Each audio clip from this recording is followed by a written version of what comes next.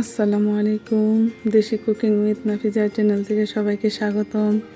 কেমন আছেন সবাই? আশা করি ভালো আছেন। আমিও আল্লাহর রহমতে আপনাদের দোয়াতে ভালো আছি। তো আজকে আমি তৈরি করে দেখাবো পাঙ্গাস মাছের সহজ রেসিপি। পাঙ্গাস মাছ দিয়ে আলু বটবড়ি টমেটোর পিউরি দিয়ে সহজ পাঙ্গাস মাছের রেসিপি। পাঙ্গাস মাছ সস্তা হলেও মাছ খেতে খুব ভারী মজা। পাঙ্গাস মাছের স্বাদই আলাদা, অতুলনীয়। পাঙ্গাস মাছ যে কোনো সবজির সাথে ভালো মানায়, খেতেও ভালো লাগে। কিছু কিছু মানুষ তো পাঙ্গাস মাছ পছন্দ করে না, কিন্তু আমার বাচ্চারা খুব ভালোবাসে।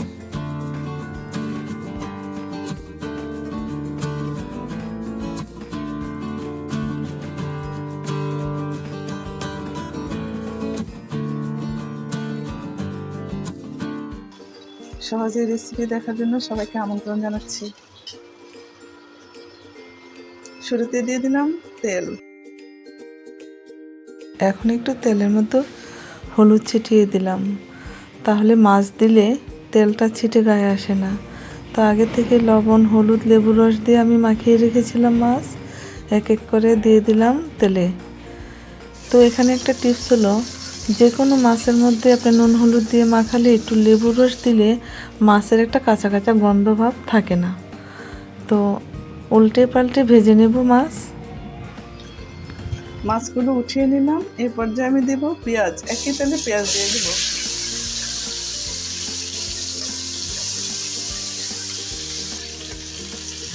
আরও একটু তেল দিয়ে দেব। একই তেলে দিয়ে দেব আমি কাঁচামরিচ।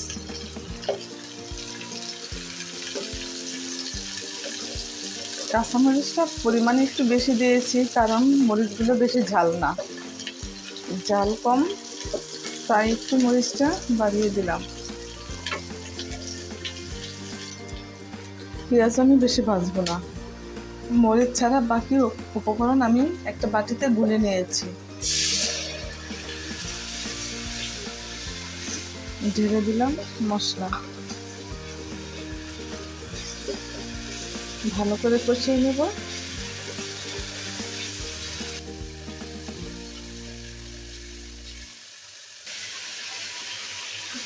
এই হলো বটবড়ি,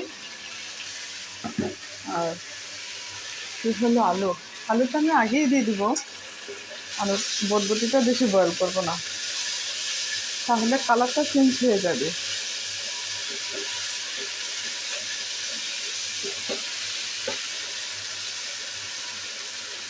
তেল উপরে উঠে গেল, হয়ে গেছে আমার কষানো। এবার আমি দিয়ে দেবো আলু।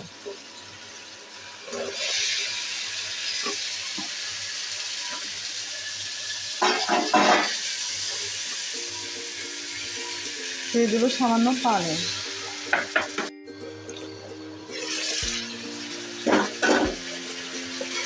নেড়ে ছেড়ে দেবো, যাতে তলা নিচে না লেগে যায়।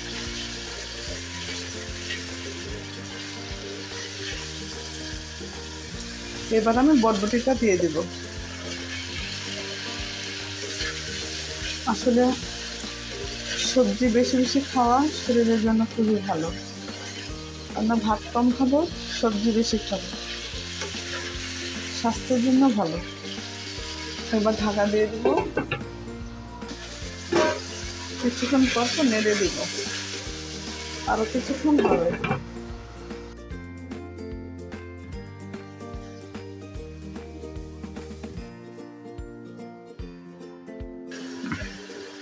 কষানো হয়ে গেছে।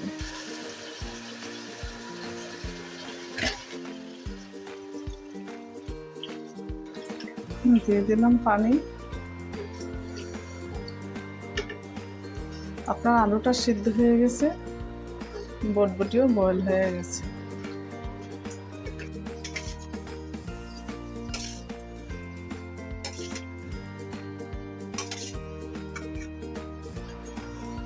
ঘরে মানুষ বেশি নাই, এর জন্য মাছ কমিয়ে দিলাম। হয়ে এসেছে, প্রায় হয়েই গেছে। তরকারিটা হয়ে গেছে, একটু ঝোলটা রাখবো।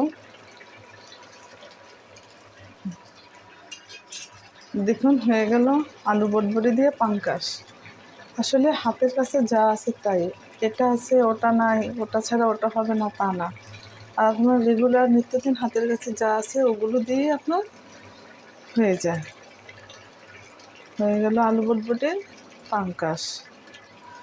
তো আমি এবার ঢেকে দিব। আমার রান্না প্রায় শেষ। এবার হলো পরিবেশনের পালা।